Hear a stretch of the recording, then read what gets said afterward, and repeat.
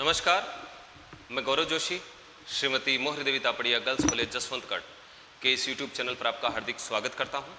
हम पढ़ रहे हैं माल एवं सेवा कर गुड्स एंड सर्विसेज टैक्स और इसके अंतर्गत हम पढ़ रहे हैं माल एवं सेवा कर का परिचय। तो आज की क्लास में हम माल एवं सेवा कर के ढांचे की बात करेंगे कि जीएसटी का फ्रेमवर्क क्या है। तो माल एवं सेवा कर का ढांचा, माल एवं सेवा कर का विस्तार। तो माल एवं सेवा कर पूरे भारत में लागू होता है, जम्मू एवं कश्मीर को सम्मिलित करते हुए, और माल एवं सेवा कर 1 जुलाई 2017 से संपूर्ण भारत में लागू हो चुका है। दोहरा जीएसटी मॉडल, माल एवं सेवा कर का जो मॉडल है वो दोहरा मॉडल है, ड्यूअल जीएसटी भारत में लागू किया गया है। कनाडा और ब्राज़ील की तर्ज पर भारत में भी ड्यूअल जीएसटी लागू किया गया है। इसमें केंद्र सरकार और राज्य सरकार दोनों एक साथ कर एकत्रित करते हैं और दोनों के द्वारा कर एकत्रित करने के लिए अलग अलग दो अधिनियम बनाए गए हैं। और कर एकत्रित करने के लिए जो इनका हिस्सा है केंद्र सरकार और राज्य सरकार का, वो वर्तमान में अभी 50-50% रखा गया है। मान लीजिए कि किसी वस्तु का मूल्य है 10,000 रुपये और इस पर अगर जीएसटी की दर, कर की दर 18% है, तो इस पर जीएसटी 1800 रुपये वसूल किया जाएगा, जिसमें से आधा हिस्सा 900 रुपये केंद्र सरकार द्वारा वसूल किया जाएगा और आधा 900 रुपये राज्य सरकार द्वारा वसूल किया जाएगा। यानी जो जीएसटी मॉडल है वो दोहरा जीएसटी मॉडल है। इसमें केंद्र सरकार और राज्य सरकार दोनों एक साथ कर एकत्रित करते हैं और वर्तमान में इन दोनों के द्वारा 50-50% हिस्सा कर के रूप में एकत्रित किया जाता है। जीएसटी से संबंधित विविध कानून बनाए गए हैं, जिनमें पहला है केंद्रीय माल एवं सेवा कर। केंद्रीय माल एवं सेवा कर तब लागू होता है जब माल या सेवा की आपूर्ति किसी एक ही राज्य के भीतर की जाए या किसी एक ही संघ राज्य क्षेत्र यानी कि यूनियन टेरिटरी के अंदर की जाए। तो माल एवं सेवा की आपूर्ति जब राज्य के भीतर की आपूर्ति हो, इंट्रा स्टेट सप्लाई हो, तब केंद्रीय माल एवं सेवा कर, central goods and services tax लागू होता है। इसके लिए केंद्र सरकार के द्वारा CGST, central goods and services tax act 2017 बनाया गया है और इस अधिनियम को संसद के दोनों सदनों में पारित करवाया गया। सीजीएसटी में 174 धाराएं हैं और सीजीएसटी एक्ट में जो प्रावधान बनाए गए हैं उन प्रावधानों को ज़्यादा स्पष्ट करने के लिए और उन प्रावधानों की कार्यविधि और क्रियान्वयन को निर्धारण करने के लिए जो है सीजीएसटी रूल्स बनाए गए हैं। सीजीएसटी रूल्स 2017 केंद्रीय माल एवं सेवा कर नियम बनाए गए हैं। इसमें कुल 162 नियम है। तो जो सीजीएसटी एक्ट है वो ये बताता है कि क्या करना है और जो रूल्स हैं वो बताते हैं कि किसी कार्य को कैसे करना है। तो कार्यविधि और प्रावधानों का क्रियान्वयन रूल्स में बताया गया है। तो सीजीएसटी एक्ट में 174 धाराएं हैं, जबकि सीजीएसटी रूल्स में 162 रूल्स दिए गए हैं। और जो विभिन्न प्रकार के जो फॉर्म हैं, प्रपत्र हैं, उनका प्रारूप भी सीजीएसटी रूल्स में दिया गया है। दूसरा कानून है राज्य माल एवं सेवा कर, state goods and services tax, SGST. प्रत्येक राज्य के द्वारा अपना एक राज्य माल एवं सेवा कर कानून बनाया गया है और ये कानून भी एसजीएसटी एक्ट भी 2017 में पारित करवाए गए। तो जैसे राजस्थान में जो जीएसटी एक्ट है वो Rajasthan goods and services act 2017 कहलाता है।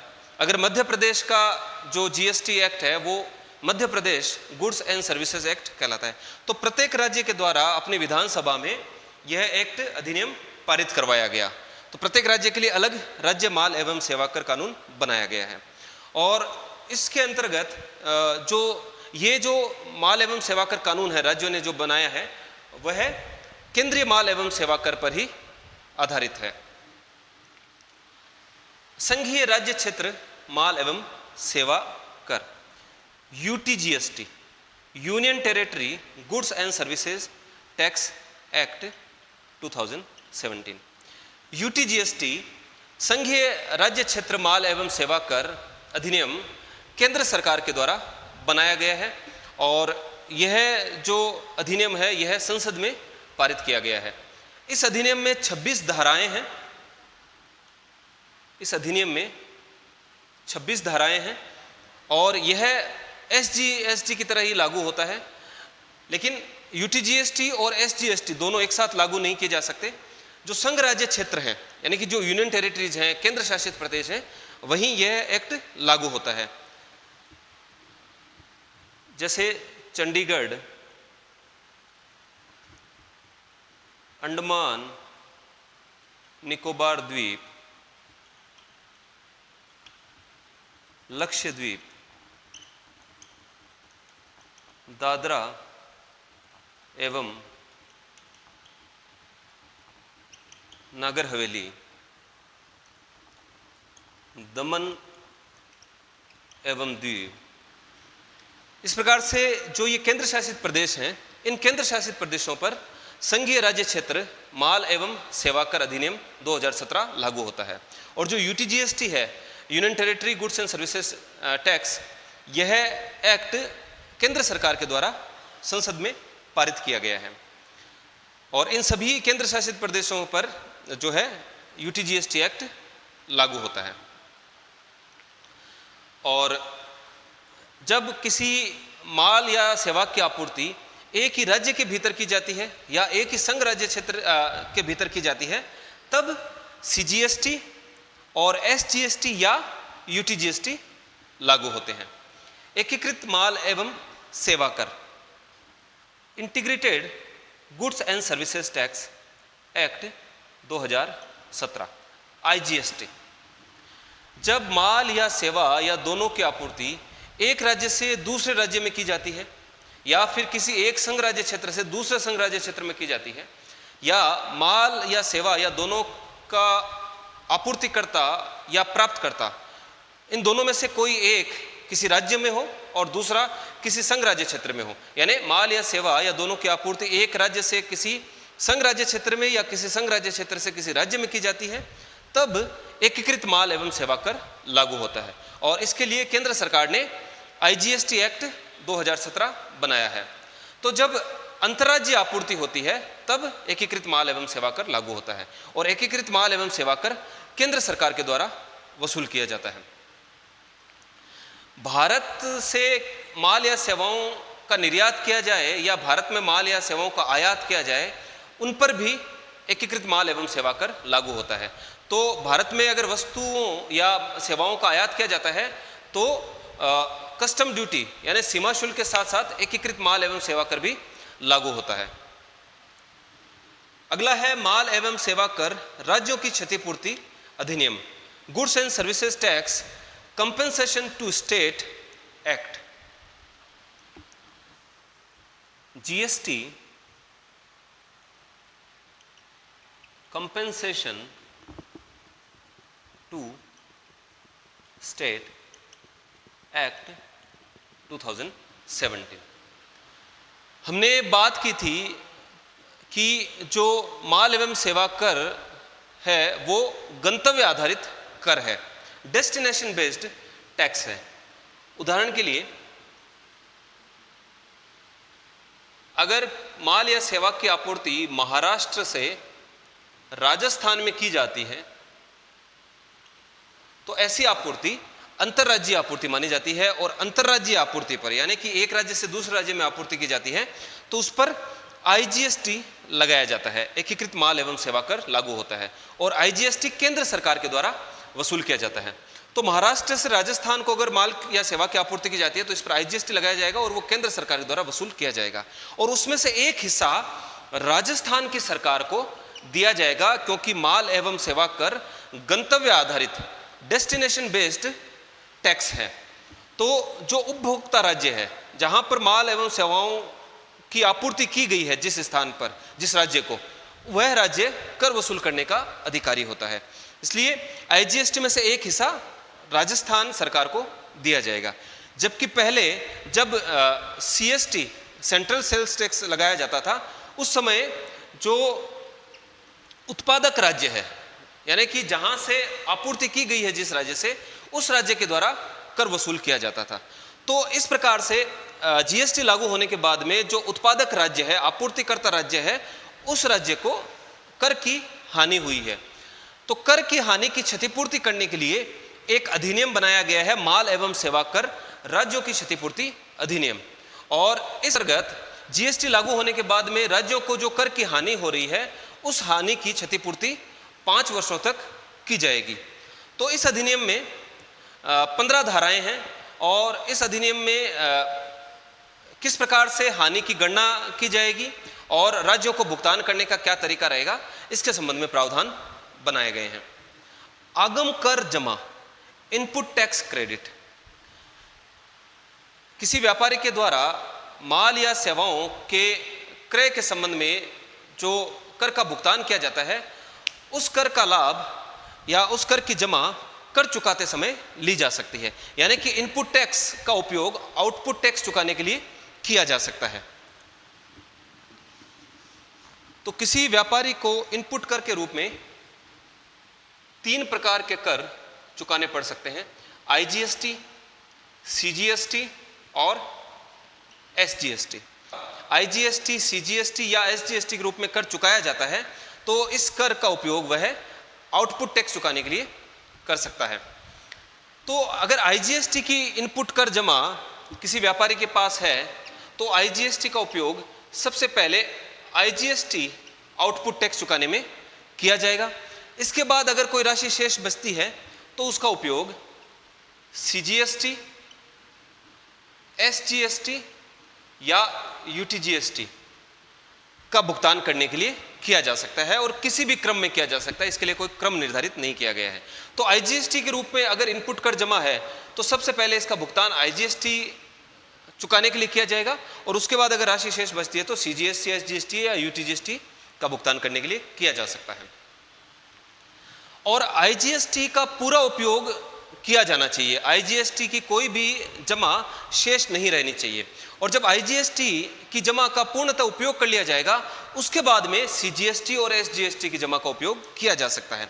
अगर सीजीएसटी की इनपुट कर जमा है, तो सबसे पहले इसका उपयोग सीजीएसटी का आउटपुट टैक्स या सीजीएसटी का भुगतान करने के लिए इसको काम में लिया जाएगा, और उसके बाद अगर राशि शेष बचती है तो आईजीएसटी का भुगतान सीजीएसटी की इनपुट कर जमा से किया जा सकता है। अगर एसजीएसटी की इनपुट कर जमा है, तो एसजीएसटी की इनपुट कर जमा से एसजीएसटी के आउटपुट टैक्स का भुगतान करने के लिए एसजीएसटी की इनपुट कर जमा का उपयोग किया जाएगा। और अगर कोई राशि शेष बचती है, तो उसके बाद में आईजीएसटी का भुगतान करने के लिए एसजीएसटी की इनपुट कर जमा का उपयोग किया जा सकता है। सीजीएसटी का भुगतान करने के लिए एसजीएसटी की इनपुट कर जमा का उपयोग नहीं किया जा सकता। इसी प्रकार एसजीएसटी का भुगतान करने के लिए सीजीएसटी की इनपुट कर जमा का उपयोग नहीं किया जा सकता।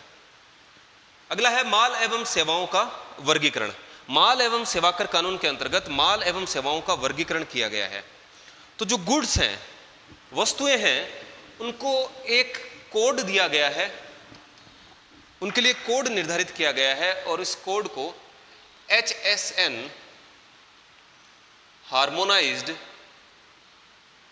Harmonised system of नोमेन culture, harmonised system of नोमेन culture.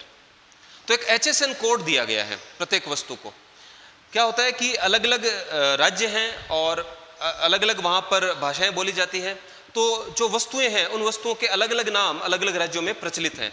तो किसी वस्तु का एक कोड निर्धारित कर दिया गया है, जिससे उस वस्तु को कोड के द्वारा पहचाना जा सके।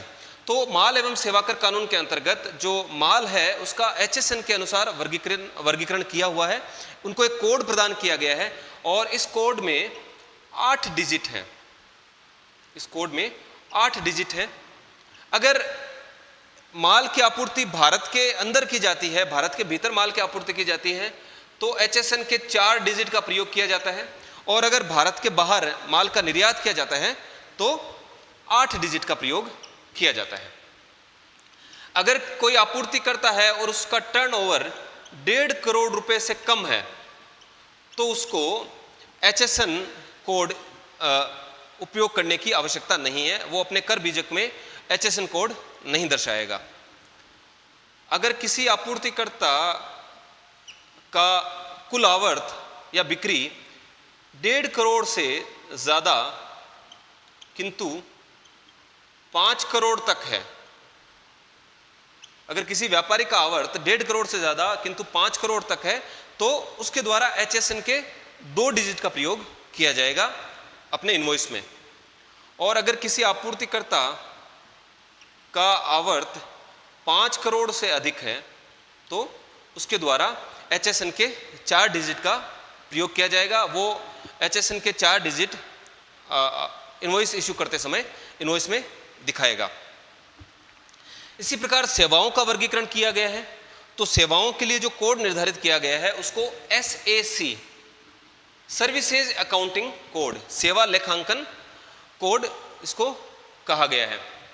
और इसमें भी 8 डिजिट निर्धारित की गई है, और जो पहली 2 डिजिट है वो 2 शून्य है। और लास्ट में है करों के हिस्से को बीजक में अलग अलग दिखाना। तो हमने बात की थी कि जो GST मॉडल है वो दोहरा मॉडल है, ड्यूअल GST है। तो इसमें केंद्र सरकार और राज्य सरकार दोनों के द्वारा एक साथ कर संग्रहित किया जाता है और दोनों का हिस्सा निर्धारित किया हुआ है 50-50%। तो जब इनवॉइस इशू किया जाता है तो इस इनवॉइस में दोनों के जो हिस्से हैं, केंद्र सरकार और राज्य सरकार या संघ राज्य क्षेत्र के जो कर में हिस्सा है, उन दोनों को इनवॉइस में अलग अलग दिखाया जाता है। उदाहरण के लिए अगर मान लीजिए कि 10,000 रुपये की कोई वस्तु है, 10,000 रुपये मूल्य की किसी वस्तु का विक्रय किया जा रहा है और इस पर 18% अगर GST लागू होता है तो इनवॉइस में SGST @9%, 900 रुपये, और CGST @9%, 900 रुपये CGST के और SGST के 900 रुपये, इस प्रकार से इनवॉइस में दिखाया जाएगा। तो राज्य सरकार और केंद्र सरकार का हिस्सा अलग अलग दिखाया जाएगा बीजक में। तो आज की क्लास में इतना ही। आज हमने GST के फ्रेमवर्क के बारे में पढ़ा। मैं आशा करता हूं कि आज की क्लास में हमने जो पढ़ा आपको अच्छे से समझ में आया होगा। इस वीडियो को लाइक कीजिए, शेयर कीजिए, हमारे YouTube चैनल को सब्सक्राइब कीजिए। धन्यवाद।